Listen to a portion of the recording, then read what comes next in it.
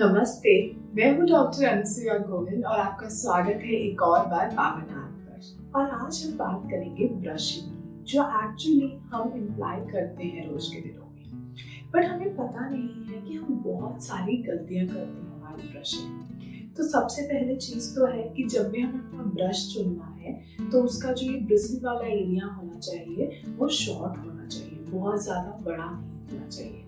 जो ब्रिसल्स हैं वो बहुत ही सॉफ्ट होने चाहिए खुद भी नेचर में। टाइम टू टाइम जब भी हमें लगे कि हमारे साइड ब्रिसल्स जो हैं अब रोज ब्रश कर करके आउटवर्ड टिल्ट हो रहे हैं, हमें अपना ब्रश बदलना चाहिए। एंड आई वुड सजेस्ट कि आप हमेशा जो ब्रश लें प्रॉपर कंपनीज का ही लें। इसके अलावा जो हम सेकेंड सबसे मेजर मिस्टेक करते हैं वो है पेस्ट लगाने में। हमें इतनी आदत है सारी टूथपेस्ट की ऐड देख के कि वो बिल्कुल परफेक्ट पूरा ब्रश पे लगना चाहिए कि हम टेंट करते हैं कि हम बहुत ज्यादा पेस्ट लगाएं, जबकि जो पेस्ट लगाया जाना चाहिए वो हमेशा एक मटर के दाने जितना लगाया जाना चाहिए, बस इसके सेंटर में थोड़ा मटर के दाने में। अब हम जानते हैं कि हमारा लोअर जॉ है और इस पे दांत है सारे हमारे लगे हुए, यहाँ होते हैं हमारे इंसीजर्स, फिर कैनाइन, फिर मोलर्स। अब अगर दांतों की प्रॉपर्टी की बात करूं तो हमारे जो सामने वाले दांत हैं वो बिल्कुल स्ट्रेट हैं और वो एक पेपर की तरह या एक पिन पॉइंटेड है, राइट। उनका कोई बेस नहीं है, कोई बाइटिंग एरिया नहीं है।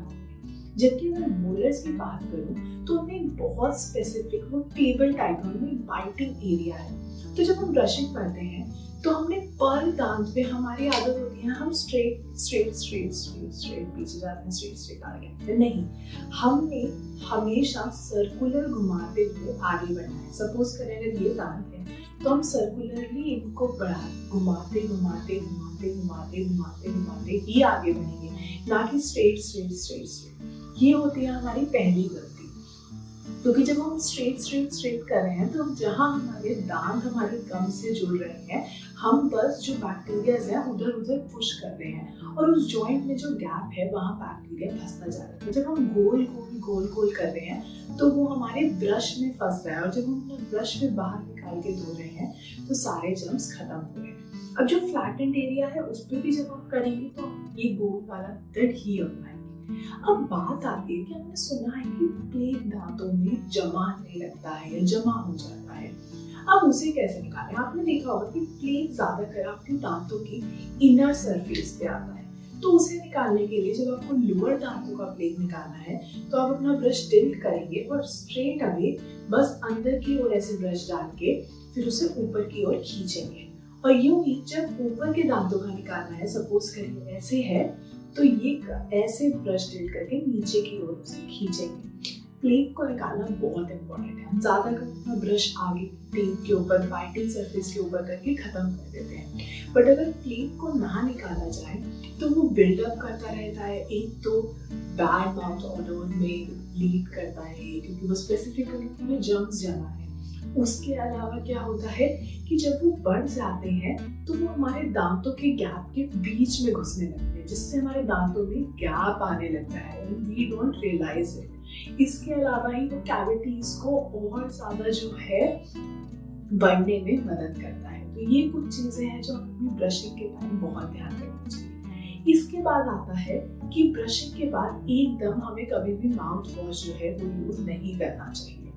आई वुड सजेस्ट कि आप प्लीज ऐसे कोई भी टूथपेस्ट ना लें जैसे आजकल लेटेस्ट बता दिए जाते हैं इसमें ये है वो है। इन स्पेसिफिक जो आपके पेस्ट आते हैं उन्हें यूज करिए। अगर फ्लोराइड बेस लेते हैं तो सिंपल फ्लोराइड बेस लीजिए, उसमें एडेड चीजें मत लीजिए।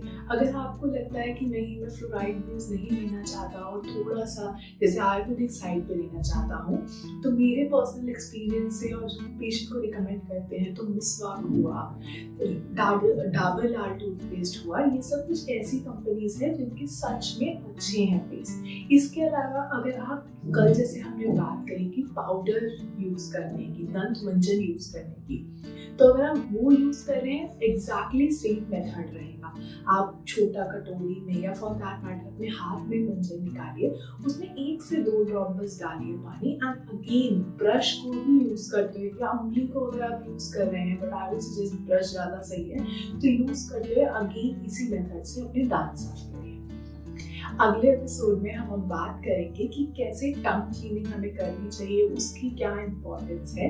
तब तक के लिए आप अपनी जो ये आपने बेसिक ओरल हेल्थ की चीजें सीखी हैं उन पे अपना ध्यान बनाए रखिए। मैं मिलूंगी आपको नेक्स्ट एपिसोड में।